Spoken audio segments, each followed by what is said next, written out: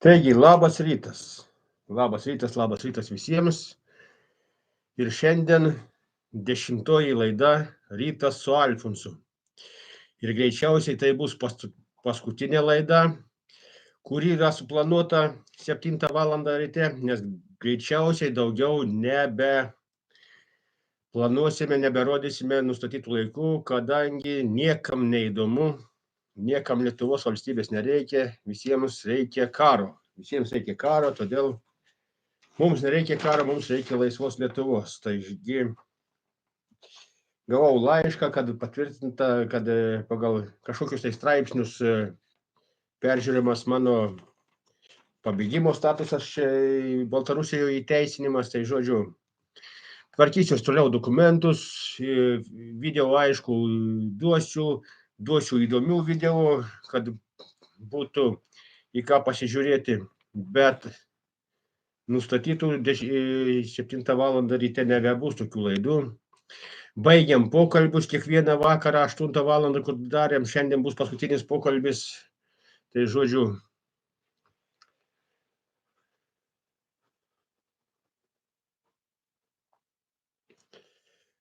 labas rytas visiems, kas prisijungė.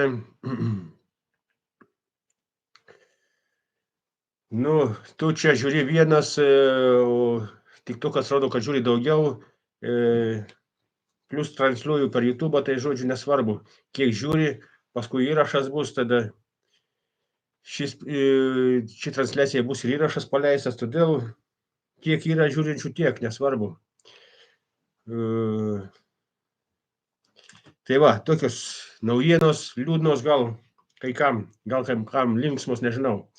Nes yra priimtas toks sprendimas, kad niekam neįdomu, niekam ir nereikia. Tada lauksim, kol prireiks. Tai kad pakelti nuotaiką, papasakosiu tokį nutikimą. Žodžiu, vakar nuėjau darbintis į darbovietę. Sako, ką tu moki greitai dirbti? Sakau, moku greitai pavargti.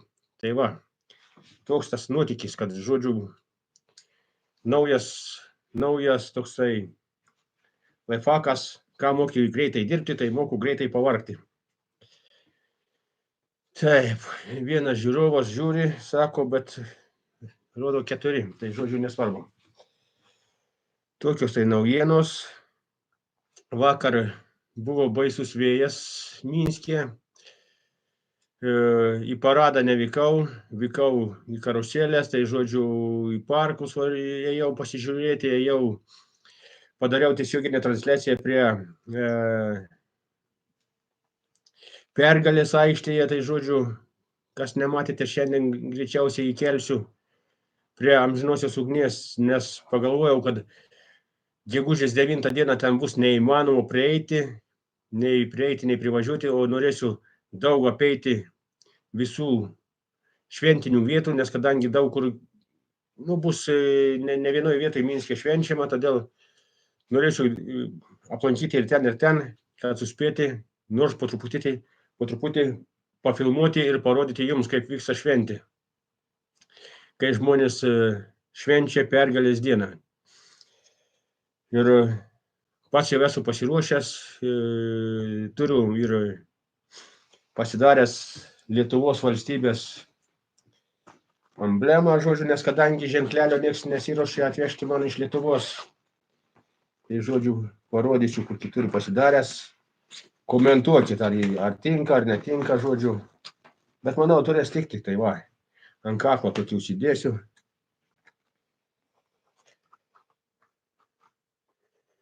Rusiškai parašyta Prezident Litovskogo государства, nuotrauka uždėta, Alfonsas Norvaišas, va. Eisiu tokį ir kairiai pusėje bus įsegta Baltarusijos tradicinis ženklas, tokia tai, ir Baltarusijos vėliava. Norėjau Lietuvos vėliavą, bet Lietuvos vėliavos niekas nesiruošė man atvežti, o čia įsigyti neįmanoma. Tai reikia verstis tuom, ką turim. kokios galimybės yra. Tai va.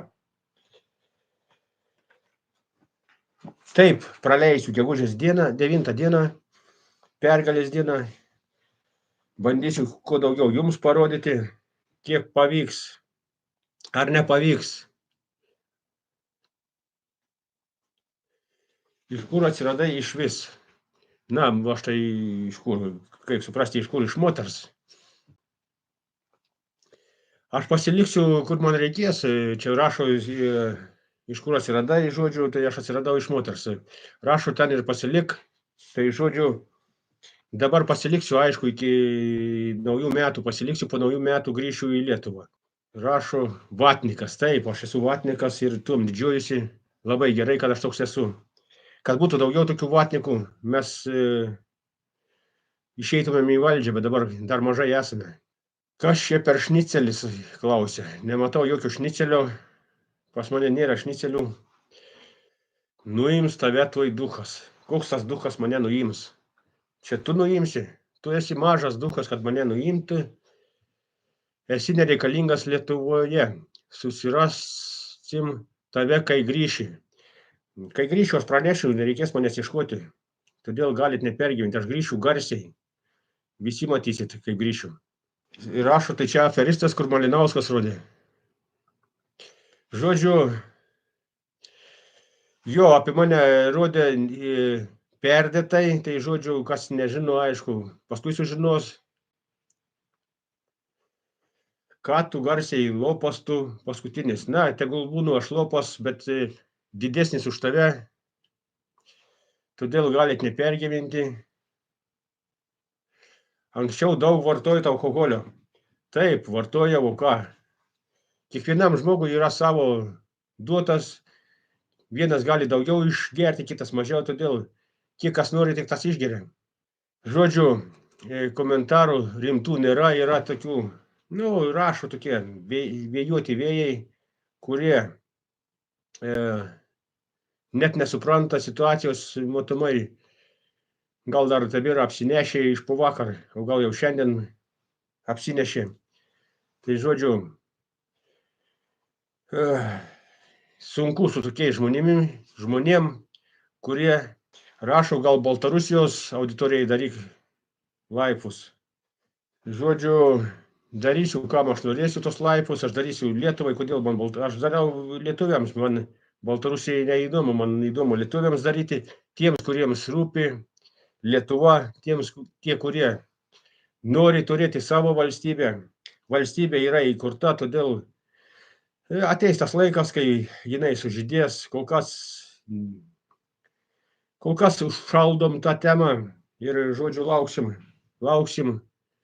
lauksim geresnių laikų, kol praeis karas, gal kažkiek tai jūsų išeis anapilin, kurie nemylit Lietuvos, tada pažiūrėsim. Klausia, kur Landsbergis? Na, aš nesu seklys, kur Landsbergis ir aš nesekioju. Norėjai rimto klausimo, tai atsakyk, kas tave išrinko prezidentu? Na, jau 100 kartų atsakinėjau, bet dar sykį atsakysiu. Mane išrinko Lietuvos valstybės žmonės.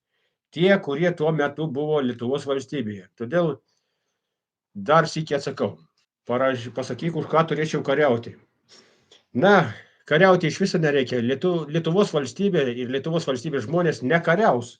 Jūs, jeigu kariausite, tai reiškia, jūs einate už palaiko terorizmą, todėl kariausit jūs. Mes nekariausim. Lietuvos valstybės žmonėms yra informuota, kad reikia nekariauti, reikia iš viso išvykti iš Lietuvos, kol praeis karas.